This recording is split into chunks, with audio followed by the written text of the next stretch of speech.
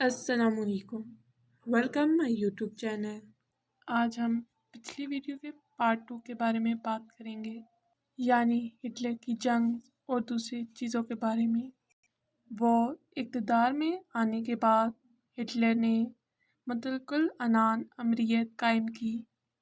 انہوں نے نئے انتخابات کے لیے صدر کی منظوری حاصل کر لی۔ 27 فروری 1933 کی رات بظاہر ایک ڈیچ کمیونسٹ مارنسوان ڈے لوبے کا کام ریخ اسٹاگ کی آگ نے آزادی کی تمام ضمانتوں کو ختم کرنے اور تشدد کی تیز مہم کے لیے ایک غدہ فراہم کیا۔ ان حالات میں جب انتخابات ہوئے تو 5 مارچ نازیوں نے 43.9% ووٹ حاصل کیے۔ 21 مارچ کو پرانے قدامت پسند جرمنی کے ساتھ قومی سوشلزم کے اتحاد کا مظاہرہ کرنے کے لیے پوسٹم گیریسن چرچ میں جمع ہوا، جس کی نمائندگی ہنڈنبرگ کر رہے تھے۔ 2 دن بعد ہٹلر کو مکمل اختیارات دینے والا انیبلنگ بل نازی نیشنلسٹ اور سینیٹر پارٹی کے ناپین 23 مارچ 1933 کے مشترکہ ووٹوں سے ریخ اسٹاگ میں منظور ہوا۔ 3 ماہ سے بھی کم عرصے کے بعد تمام غیر نازی پارٹیوں، تنظیموں اور مزدور یونینوں کا وجود ختم ہو گیا۔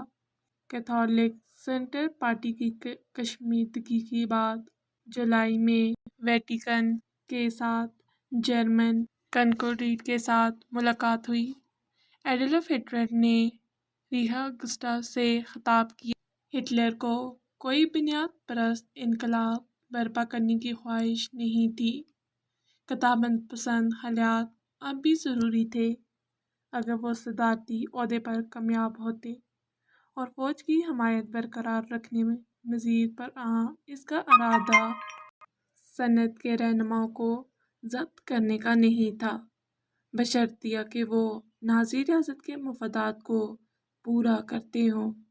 تاہم ارنسٹ رہم مسلسل انقلاب کا مرکزی کردار تھا، اور وہ ایسے کے سربراہ کے طور پر بھی فوج کی طرف سے عدم اعتماد کا شکار تھے۔ ہٹلر نے سب سے پہلے قائل کر کے اپنی پالیسیوں کے لیے روم کی حمایت حاصل کرنے کی کوشش کی۔ ہرمن گورنگ اور ہینریک ہیملر روم کو ہٹانے کے لیے بے چین تھے، لیکن ہٹلر آخری لمحے تک ہچکچاتے رہے۔ بالآخر 29 جون 1934 کو وہ اپنے فیصلے پر پہنچ گئے۔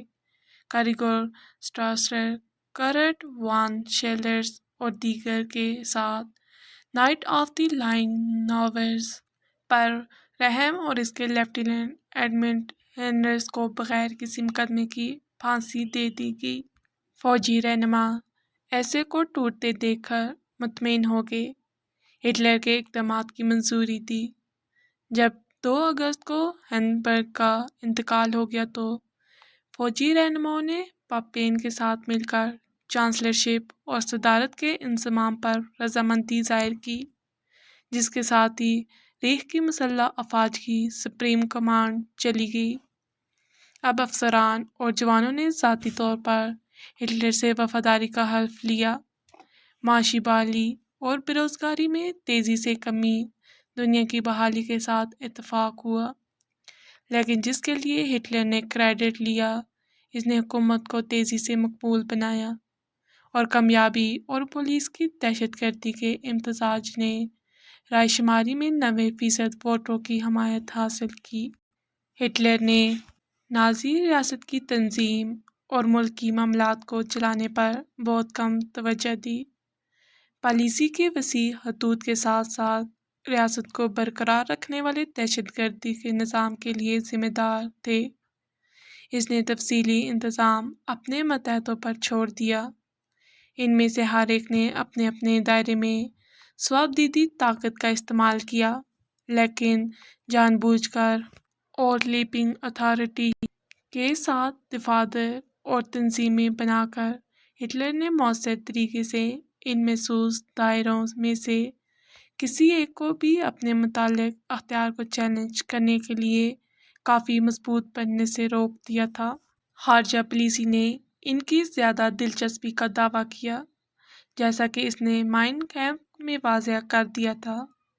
جرمن عوام کا دوبارہ اتحاد اس کی سب سے بڑی خواہش تھی۔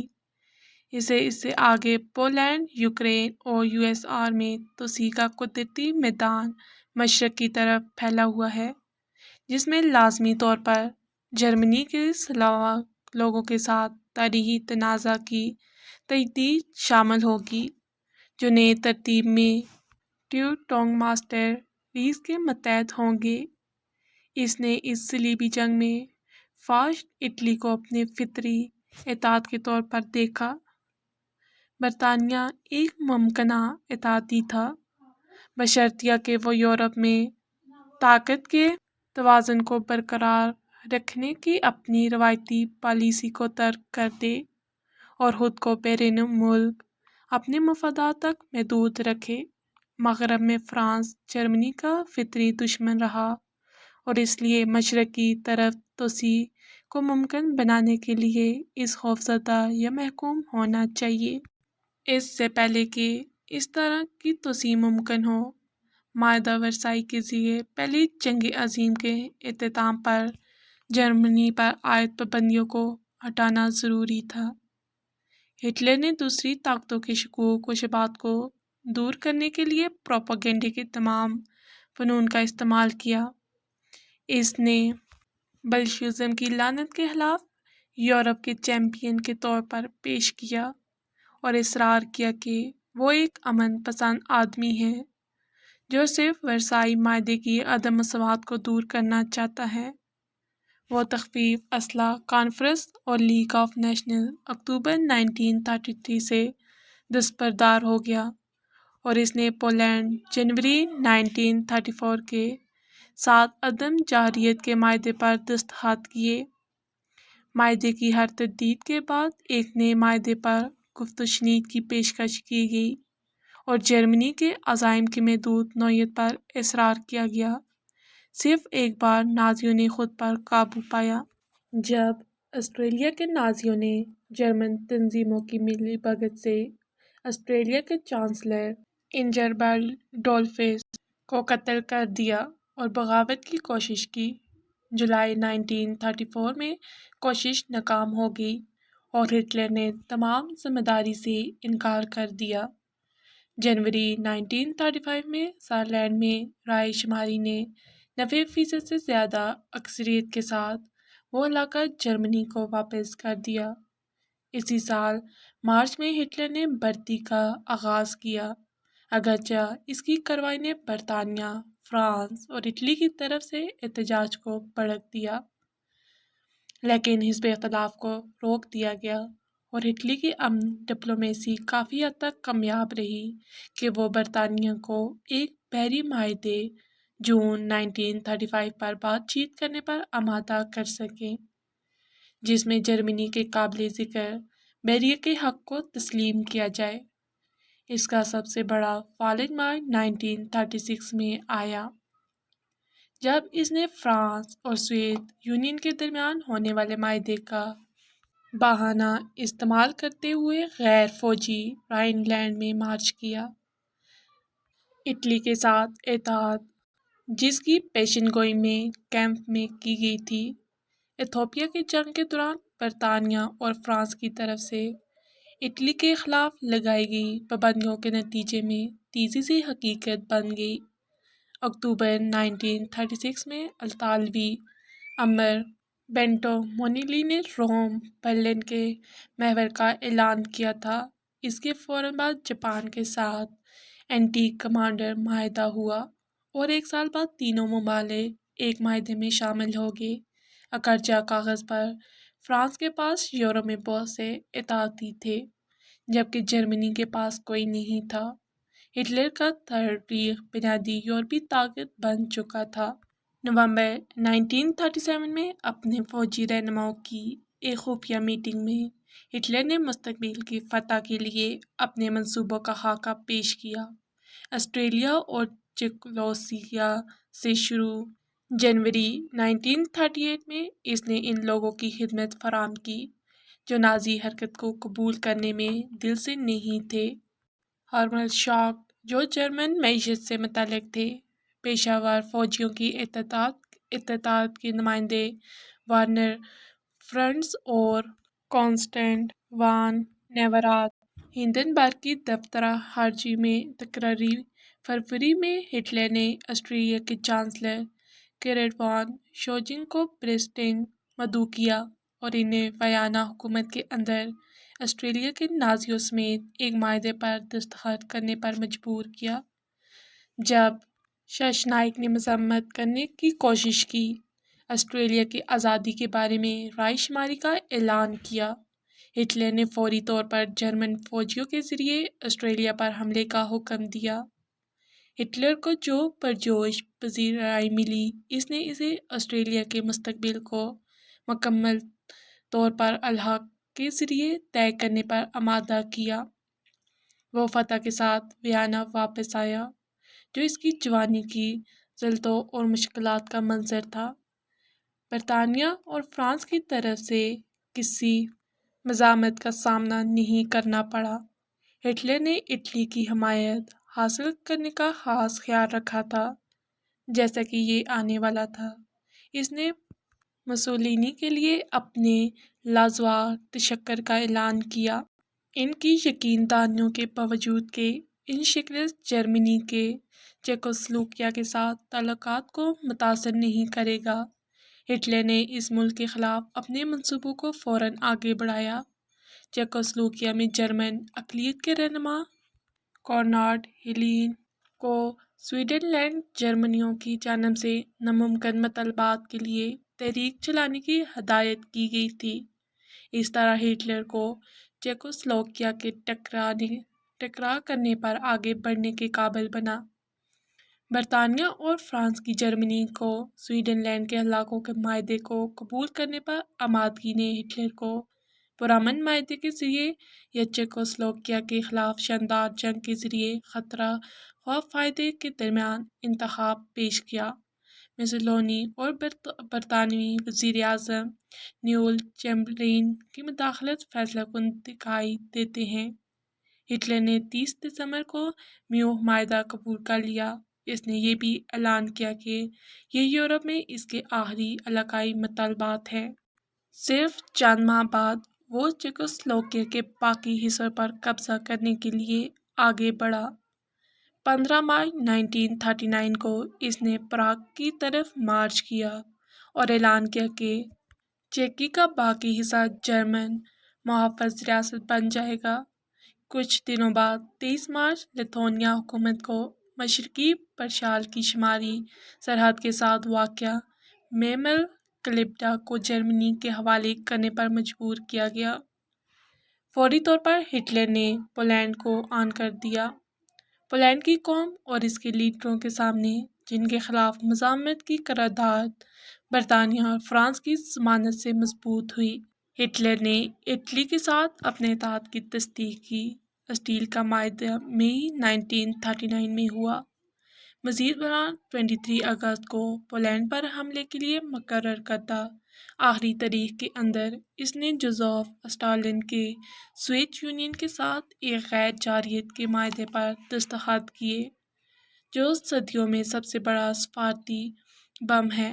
ہٹلر نے اب بھی برطانیہ کے ساتھ کسی قسم کی جھگڑے سے انکار کیا، لیکن کوئی فائدہ نہیں ہوا۔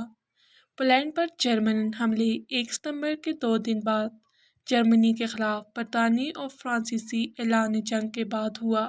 ہٹلر نے اپنی خارجہ پالیسی میں موقع پرستی اور چالاک ٹائمنگ کو یکجا کیا۔ اس نے جمہوری رہنماؤں کے مزاج کو جانچنے اور ان کی کمزوریوں سے فائدہ اٹھانے میں حیرت انگیز مہارت کا مظاہرہ کیا۔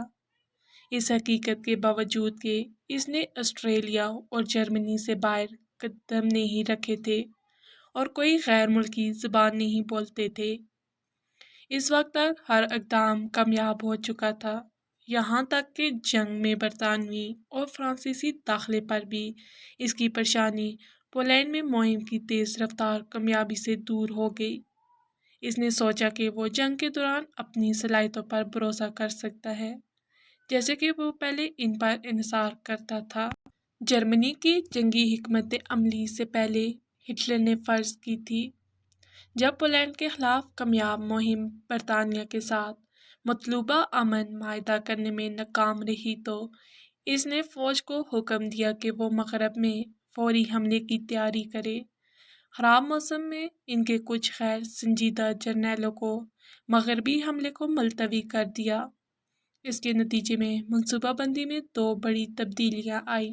پہلا، ہٹلر کا اپریل 1940 میں اس ملک اور ڈنمارک پر قبضہ کر کے ناروے میں برطانوی موجودگی کو روکنے کا حکم تھا۔ ہٹلر نے اس جرات مندانہ کارروائی میں گہری ذاتی دلچسپی لی۔ اس وقت سے فوجی کارروائیوں کی تفصیل میں ان کی مداخلت میں مسلسل اضافہ ہوتا گیا۔ دوسرا، ہٹلر کا جنرل ایرچ وین مانسٹینن کے آرڈیننس جو 10 مئی کو شروع ہوا، شمال کے بجائے حملے کے منصوبے کو اپنانا تھا۔ یہ ایک شاندار اور چونکا دینے والی کامیابی تھی۔ جرمن فوجیں 10 دنوں تک چینل بندرگاہوں تک پہنچ گئی، جس تک وہ پہلی جنگ عظیم کے دوران نہیں پہنچ سکے تھے۔ ہالینڈ نے 4 دن اور بیلجیم نے 16 دن بعد ہتھیار ڈال دیے۔ ہٹلر نے ڈنکرک کے جنوب میں جنرل گیرٹ وان رینٹسڈٹ کے ٹینکوں کو روک رکھا تھا۔ اس طرح انگریزوں کو اپنی زیادہ تر فوج نکالنے میں مدد ملی، لیکن مجموعی طور پر مغربی مہم حیرت انگیز طور پر کامیاب رہی۔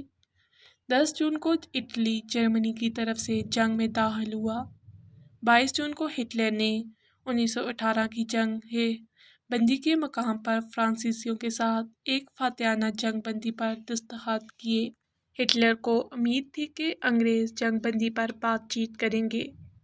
جب ایسا نہ ہوا تو اس نے برطانوی فضائی طاقت کے خاتمے کے ساتھ ساتھ برطانیہ پر حملے کا منصوبہ بنایا۔ اسی دوران سوویت یونین پر حملے کی تیاریاں شروع کر دی گئی، جو ہٹلر کے خیال میں براعظم پر جرمنی کے کنٹرول کے خلاف جنگ کے لیے برطانیہ کی آخری امید تھی۔ پھر مسولینی نے یونان پر حملہ کیا، جہاں اطالوی فوجوں کی ناکامیوں نے جرمن افواج کے لیے بلقان اور شمالی افریقہ میں ان کی مدد کو آنا ضروری بنا دیا۔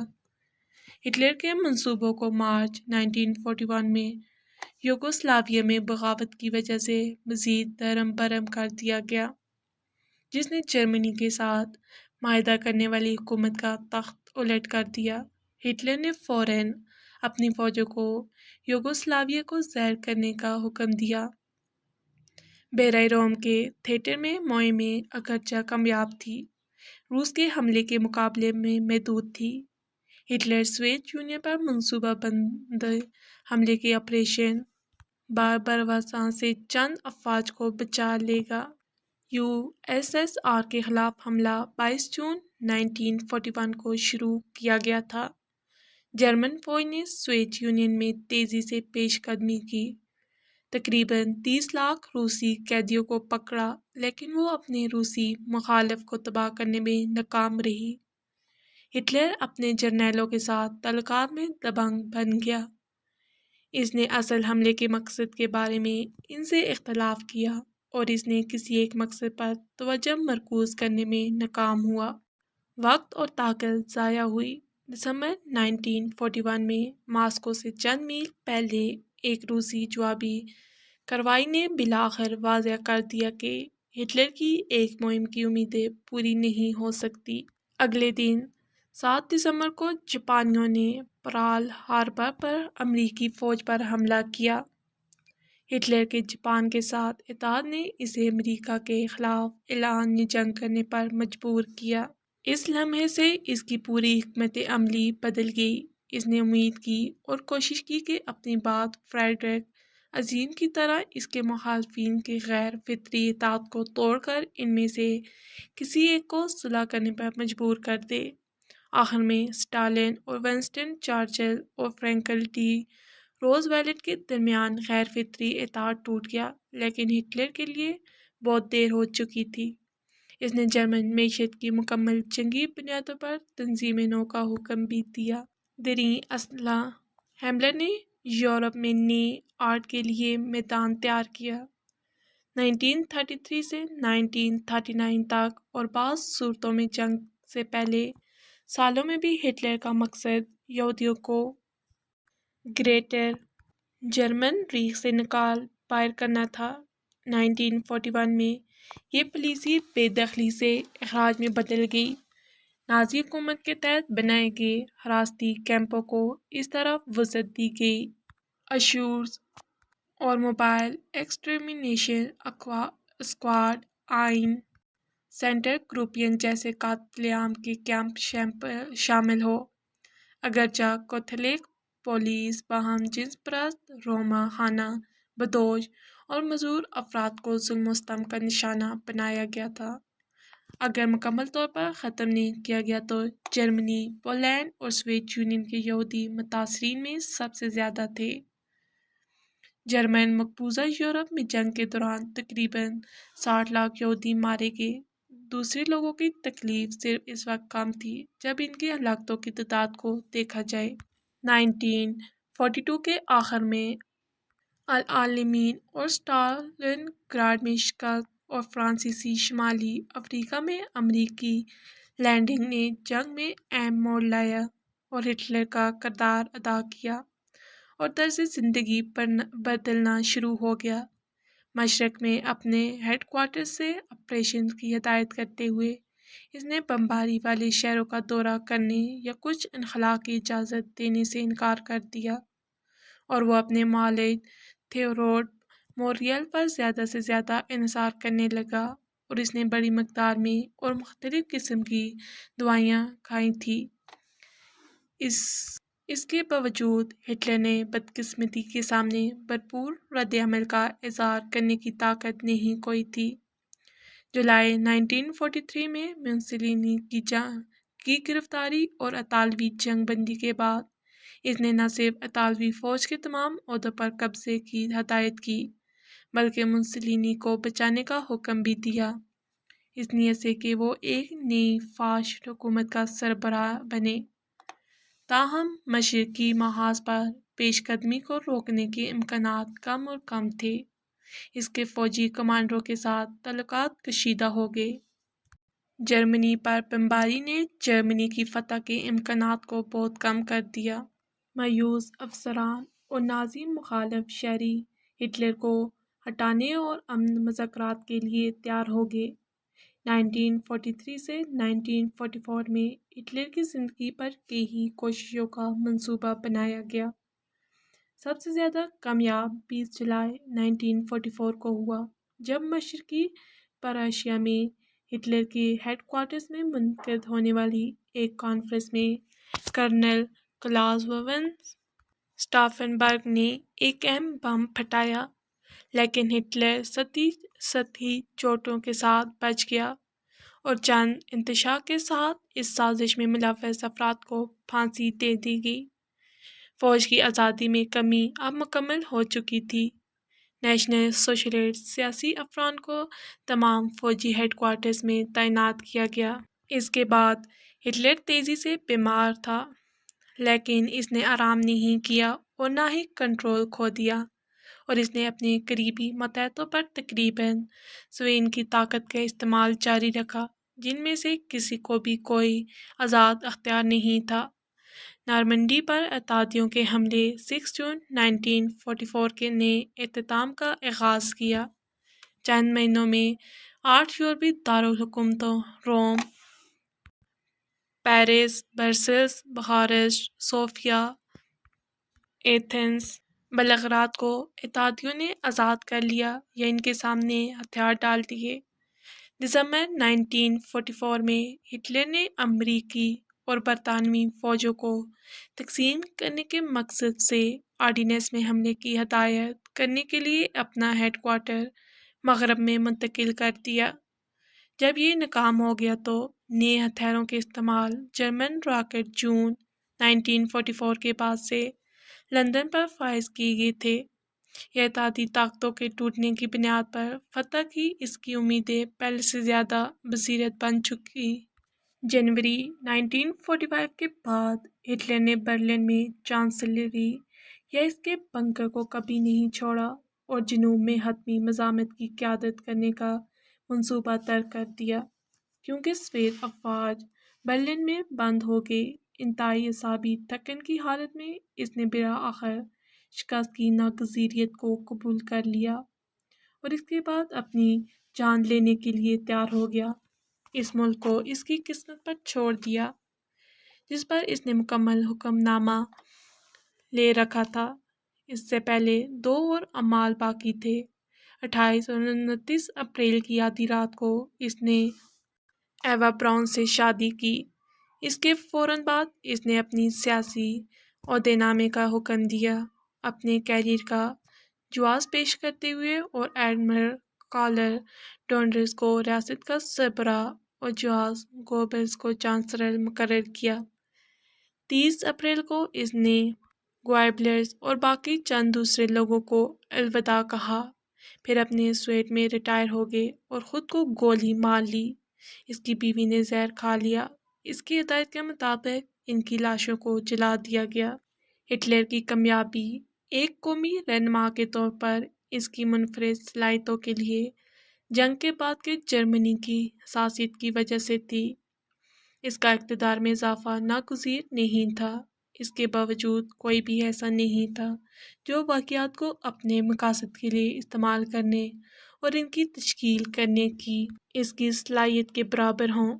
اس نے جو طاقت استعمال کی وہ بے مثال تھی۔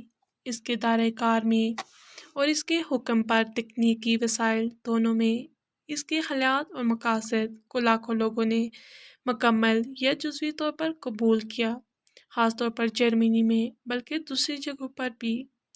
جب اسے شکست ہوئی، اس نے پرانے یورپ کا بیشتر حصہ تباہ کر دیا تھا، جبکہ جرمن لوگوں کو اس کا سامنا کرنا پڑا جیسے وہ بعد میں سال 1945 کہے گے۔ آج کے لیے اتنا ہی۔